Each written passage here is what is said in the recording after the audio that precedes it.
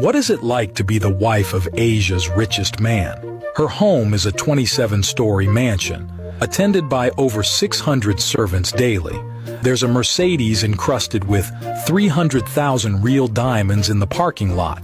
She has never worn the same pair of shoes twice, and her collection of branded bags and jewelry are all custom-made. Even her phone case is worth 50 million. This is the extravagant lifestyle of Nita Ambani, the wife of Mukesh Ambani, one of India's wealthiest business tycoons. As one of the richest people in the world, Mukesh Ambani spares no effort to make his wife happy. His gifts to his wife were either sports cars or airplanes, and even also the world's most expensive private residence. This mansion spans 400,000 square feet, with each floor uniquely designed. There is 9 elevators, 3 helipads, a 6th-floor underground garage, a cinema, a ballroom, and a spa center.